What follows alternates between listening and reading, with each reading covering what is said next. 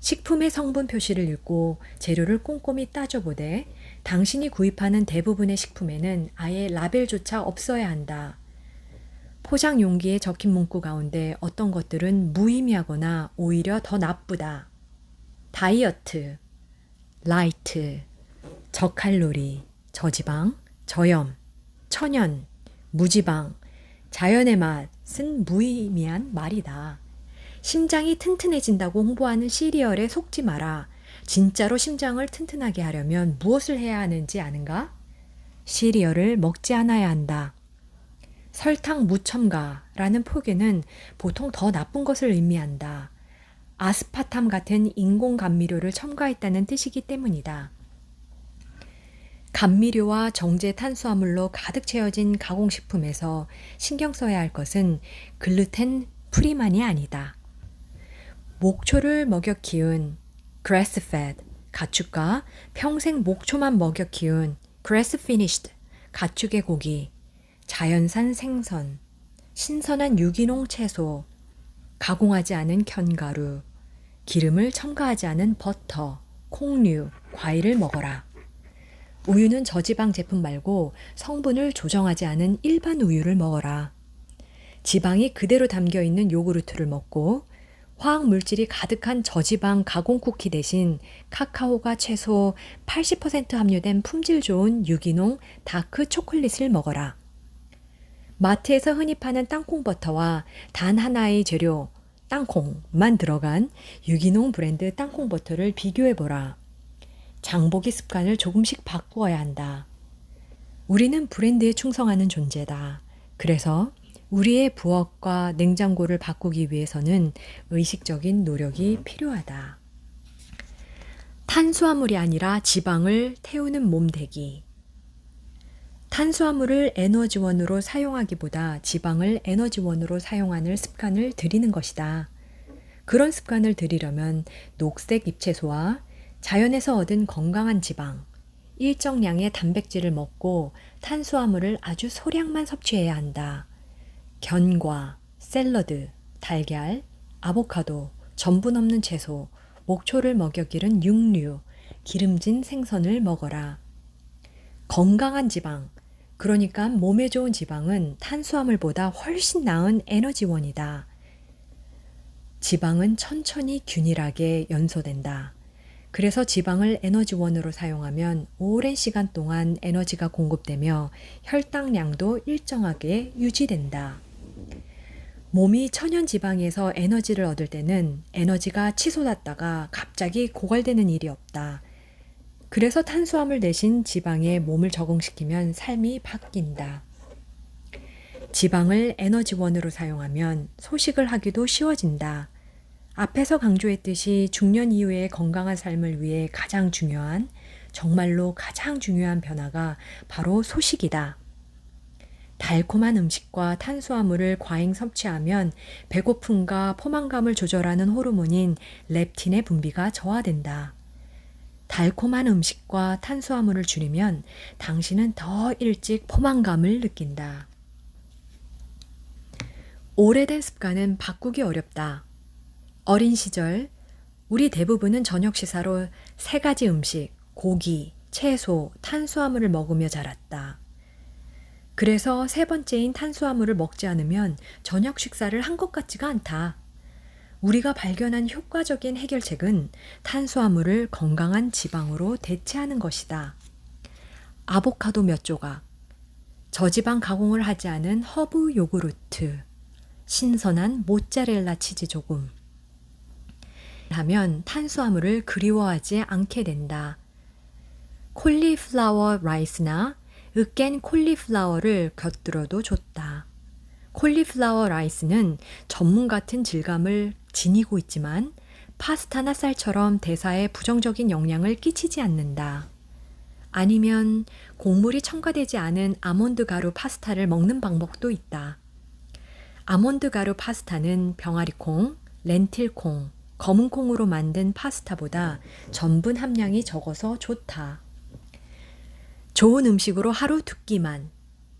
중년 이후에는 건강 측면에서 아침 식사가 하루 중에 가장 덜 중요한 끼니라고 말할 수 있다. 앞에서 설명한 대로 짧은 단식을 하면 좋은 점이 많은데 아침 식사를 건너뛰면 짧은 단식을 쉽게 할 수 있다. 당신이 지금 단식을 하고 있지 않더라도 하루에 3번보다는 2번 식사가 유익하다. 음식을 적게 먹으면 몸에 부담이 덜 가고 처리할 일이 적고 소화와 분류에 에너지를 덜 쓰기 때문에 회복과 수선에 사용할 에너지가 확보된다. 또 짧은 단식은 몸에 적당한 스트레스를 줌으로써 긍정적인 호르메시스 효과를 발휘한다. 작은 스트레스를 건져내면 우리의 몸은 더 튼튼해진다. 하루 2끼 식사를 원칙으로 삼으면 몸에 부담이 덜 가고 덤으로 자유롭게 쓸 수 있는 시간이 확보된다. 반드시 아침을 생략할 필요는 없다. 저녁 식사를 건너뛰어도 무방하다.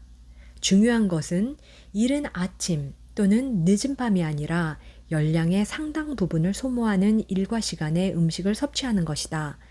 되도록 잠자리에 들기 3시간 전에 식사를 끝내라.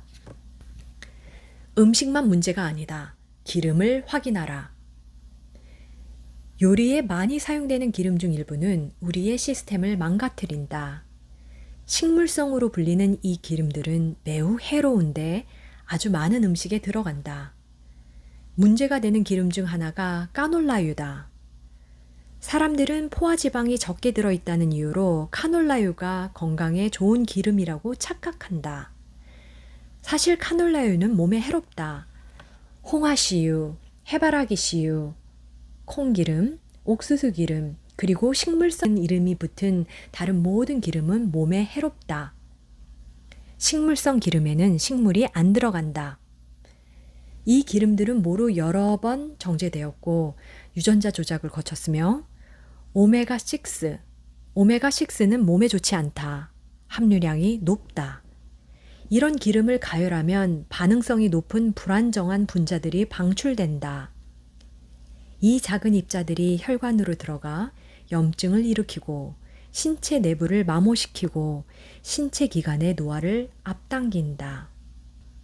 캘리포니아 대학교의 최신 연구에 따르면 미국에서 가장 널리 사용되는 식용유인 콩기름은 뇌의 유전적 변형을 일으킨다. 집에서 실천하기 쉬운 수칙이 있다. 식물성 기름과 씨앗 기름을 절대로 사용하지 마라. 다른 선택의 여지가 꽤 많다.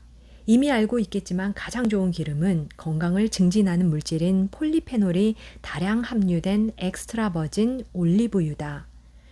올리브유는 질 좋은 제품을 구입하라. 지금까지 슈퍼마켓의 올리브유 진열대에 놓인 제품들 중에는 엉터리가 많았다. 유기농이라는 단어와 마찬가지로 고품질 엑스트라 버진 올리브유를 가리키던 용어들 1차 압박, 이탈리아산, 는 이제 믿을 수 없고 별 의미도 없다. 평판 좋은 브랜드 제품을 구입하고 신선도에 초점을 맞추고 날짜를 확인하라. 올리브유는 짙은 색 유리병에 담겨 있어야 하며 햇빛을 받으면 산패된다. 18개월 이상 지난 제품은 사용하지 말아야 한다. 올리브유도 부패 가능한 제품으로 생각하고 3주에서 4주 안에 한 병을 비워라. 어떤 사람들은 엑스트라 버진 올리브유가 발화점이 낮기 때문에 요리에 적합하지 않다고 생각한다. 그러나 잘못된 상식이다. 올리브유의 발화점이 낮은 것은 사실이지만 열을 가했을 때 기름의 영양분이 파괴되더라도 폴리페놀이 이를 보완해준다. 특히 가열하지 않은 올리브유는 건강에 좋다. 그러니 샐러드, 수프, 고기 등 모든 음식에 올리브유를 넉넉히 뿌려 먹자. 올리브유 외에 내가 요리용으로 추천하는 식물 기반 오일로는 아보카도 오일, 버진 코코넛 오일, 표백하지 않고 향을 첨가하지 않은 제품, 그리고 비정제 팜유가 있다. 팜유 업계의 일부 기업들이 열대우림을 파괴했다는 사실은 언급하고 넘어가야겠다. 조금만 검색해보면 윤리적으로 생산한 팜유를 찾아낼 수 있다. 그리고 당신은 믿지 않을 수도 있지만 나는 동물성 지방을 요리에 사용하는 것에도 찬성한다. 물론 그 동물은 목초지에서 동물복지 방식으로 사육되었고 항생제 주사를 맞지 않았어야 한다. 양질의 동물성 지방은 포화지방이므로 열을 가해도 산화되지 않는다. 따라서 염증을 일으키지도 않는다. 양질의 동물성 지방을 요리에 사용하면 건강에 좋다.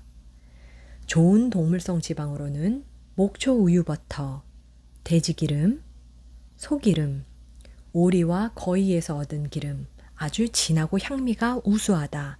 그리고 기 버터, 기는 우유에서 단백질을 제거하고 가열 후 분리해서 만든 정제 버터의 일종이다. 가 있다. 달걀은 천연 복합 비타민이다. 달걀에 관한 부정적인 이야기들을 믿지 마라. 신선한 고품질의 달걀은 단백질, 천연지방, 비타민, 미네랄의 훌륭한 공급원이다. 슈퍼푸드라는 말은 지나치게 부풀려진 용어지만 달걀은 실제로 슈퍼푸드로 불릴 자격이 있다. 달걀에는 콜린, 뇌의 건강을 위해 꼭 필요한 성분이지만 채식 위주의 식사를 하면 결핍되기 쉬운 성분, 눈 건강을 지켜주는 루테인, 제아잔틴과 같은 핵심 영양소가 많이 들어있다. 특별한 경우가 아니라면 품질 좋은 달걀을 하루 2개씩 섭취하는 것이 좋다. 가격이 비싸더라도 당신이 구할 수 있는 가장 좋은 달걀을 구하라. 호르몬제를 주입하지 않고 목초지에서 기른 이라는 문구가 들어간 제품을 찾으면 된다. 예전에는 방목이라는 단어가 중요했지만 요즘에는 별 의미가 없다. 현재로서는 이것이 영양분을 제대로 공급받으면서 자란 닭이 낳은 달걀을 구할 확률이 가장 높은 방법이다. 슈퍼마켓에서 달걀을 구입할 때는 호르몬제를 주사하지 않고 목초지에서 기른 닭이 낳은 지역 브랜드를 선택하라. 좋은 달걀은 냄새가 좋고 묵직하며 노른자가 주황에 가까운 노란색을 띈다. 육류와 치즈는 줄이고 견과와 콩은 더 많이. 최근의 연구에 따르면 나이가 들수록 단백질을 얻는 통로를 동물에서 식물로 전환해야 한다. 단백질에 관한 설명은 조금 복잡하다. 나이가 들면 우리에게 필요한 영양소도 바뀌는데 우리의 머릿속에는 단백질을 많이 섭취할수록 좋다는 고정관념이 박혀있기 때문이다. 고단백 저탄수화물 식단이 체중 감량에 효과적이라는 사실은 누구나 안다. 하지만 45세에서 65세 사이에는 단백질에 열광하기보다는 고기와 유제품을 줄여야 한다. 이 연령대의 체중 68kg인 사람에게 하루에 필요한 단백질은 약 55g이다. 대부분의 사람은 별다른 노력을 기울이지 않아도 이 정도는 섭취할 수 있다. 65세가 넘으면 단백질은 아주 중요해진다. 65세 이후 당신의 몸은 근감소증, 근육량이 지나치게 감소하는 증상과 싸우기 위해 단백질을 더 많이 필요로 한다. 근육량 감소는 인생의 자연스러운 과정이다. 따라서 65세 이후에는 단백질 섭취량을 25% 정도 늘려야 한다. 65세 이상이고 체중이 68kg인 사람은 하루에 70g의 단백질을 목표로 삼아야 한다. 적정량의 단백질을 섭취하고 근력 강화 운동을 열심히 하면 근육량 감소를 최소화하는 데 도움이 된다. 더 일찍, 그러니까 45세와 65세 사이에 단백질 섭취량을 늘리면 도움이 될까? 아니다.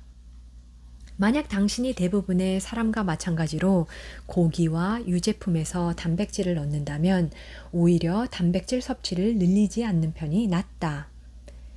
결정적인 전환점은 65세 전후다. 65세부터는 당신에게 필요한 단백질의 양을 채우기 위해 그전보다 많은 양의 동물성 식품을 먹어도 좋다. 이때는 단백질 섭취가 정말 중요하다. 달걀과 고기는 생산지를 따져라. 건강하게 잘 키운 동물에게서 얻은 천연 지방은 우리의 몸에 훌륭한 연료를 제공한다. 나는 적절한 환경에서 생산된 소량의 육류를 섭취하는 데 찬성한다. 문제는 대부분의 동물성 식품이 심하게 오염되어 있다는 것이다. 밀집형 가축 사육 시설에서는 비좁고 비위생적인 환경에서의 감염을 예방하기 위해 그리고 살을 찌우기 위해 동물들에게 항생제 주사를 놓는다. 만약 당신이 밀집형 가축시설에서 생산된 공장식으로 생산된 고기를 먹고 있다면 항생제도 함께 먹는 셈이다. 항생제는 당신의 마이크로바이옴을 망가뜨린다. 그리고 고기 생산자들은 대부분 소에게 풀 대신 옥수수를 먹인다. 옥수수가 풀보다 싸기 때문이다. 소는 반추동물이라서 풀을 먹어야 한다. 옥수수를 먹여 키운 소에게서 얻은 스테이크 한 조각을 먹을 때 당신의 지방 분포는 엉망이 된다. 건강한 지방을 해로운 지방으로 전환한 셈이기 때문이다. 밀집형 가축 사육시설에서 생산한 생선, 유제품, 달걀 역시 똑같은 문제를 안고 있다. 그래서 우리는 목초를 먹여 키운 고기 또는 목초만 먹여 키운 고기를 구입해야 한다. 닭과 달걀을 구입할 때는 목초지에서 키운이라는 문구가 있는 것을 찾아보라. 당신의 거주지 부근의 목초지에서 키운 고기, 풀을 먹여 키운 유기농 고기, 자연산 생선을 판매하는 곳이 없다면 온라인 주문도 가능하다. 음식 섭취량을 늘리지 않고 단백질 섭취량만 늘리고 싶다면 사골국이나 콜라겐 파우더를 이용할 수도 있다. 콜라겐 파우더는 소의 힘줄과 인대, 생선, 껍질 등을 분쇄한 것으로 우리의 힘줄과 인대를 튼튼하게 해준다. 육류 중에서도 내장간, 혀, 췌장 등은 특히 영양가가 풍부하다. 당신이 내장을 좋아하는 사람이고 괜찮은 판매처를 알고 있다면 반드시 내장을 챙겨 먹어라. 좋은 소금, 나쁜 소금. 소금이 나쁘다는 설도 많지만 소금에는 우리 몸에 꼭 필요한 필수 미네랄이 함유되어 있다. 표백해서 구운 정제소금, 맛소금과 포장식품에 들어가 있는 가공 처리되어 미네랄이 빠져나간 소금은 되도록 피하라. 히말라야 핑크 소금이나 미국 유타주에서 생산되는 레드먼드 소금처럼 정말 좋은 비정제 결정 소금은 몸에 좋을 뿐 아니라 반드시 필요하다. 요즘에는 바다에서 얻은 소금보다 산에서 채취한 소금이 인기를 끈다. 최근에 바다 소금에서 미세 플라스틱이 발견되었다는 연구 결과가 나왔기 때문이다. 당은 어디에나 있다. 숨은 당을 조심하라. 당신도 알다시피 꼭 설탕만 당이 아니다. 꿀, 아가베 시럽, 화이트 와인, 바나나, 포도도 당이다. 파스타, 감자, 빵, 옥수수 같은 전분질 탄수화물도 당이다. 그리고 당신의 몸 안에서는 어떤 당이든 큰 차이가 없다. 따라서 당신이 섭취하는 당분의 총량에 주의를 기울여야 한다. 숨어있는 당분 섭취량을 줄이고 싶다면 우유 대용 음료를 고려해보라. 우유 대용으로 마시는 오트밀크는 훌륭한 식품으로 알려져 있지만 잘 따져보고 섭취해야 한다. 널리 알려진 제품인 오틀리의 경우 초콜릿 맛 제품에는 1회 음용량 250ml 기준으로 당이 19g, 탄수화물이 25g이나 함유되어 있다. 만약 당신이 유제품을 소화하지 못하는데 그래도 커피에 뭔가를 넣어 마시고 싶다면 코코넛 밀크 또는 카라기난, 무첨가, 아몬드 밀크 같은 무가당 우유 대용 음료를 마셔라.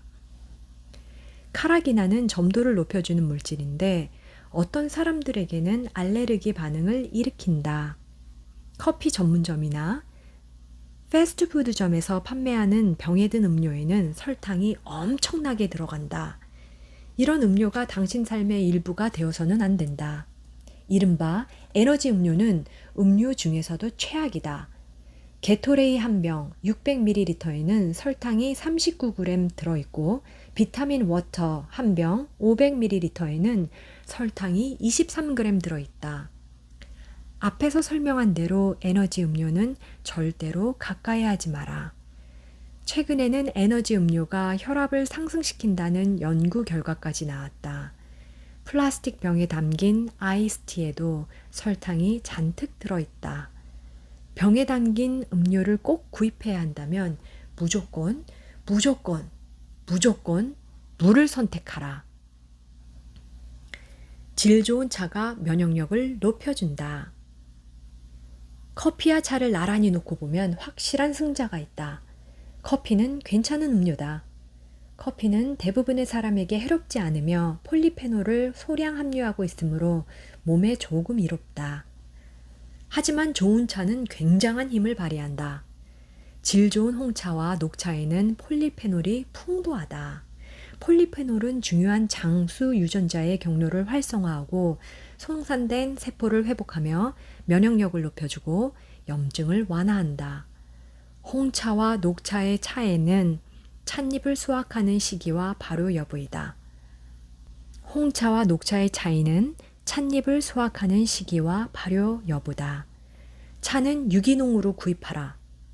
일반적으로 차는 농약을 많이 뿌리는 작물이기 때문이다. 그리고 차를 하루에 2잔에서 4잔 정도 즐겨보라. 인조고기, 너무 믿지 말 것. 대체육의 상당수는 정크푸드에 가까운 음식이다.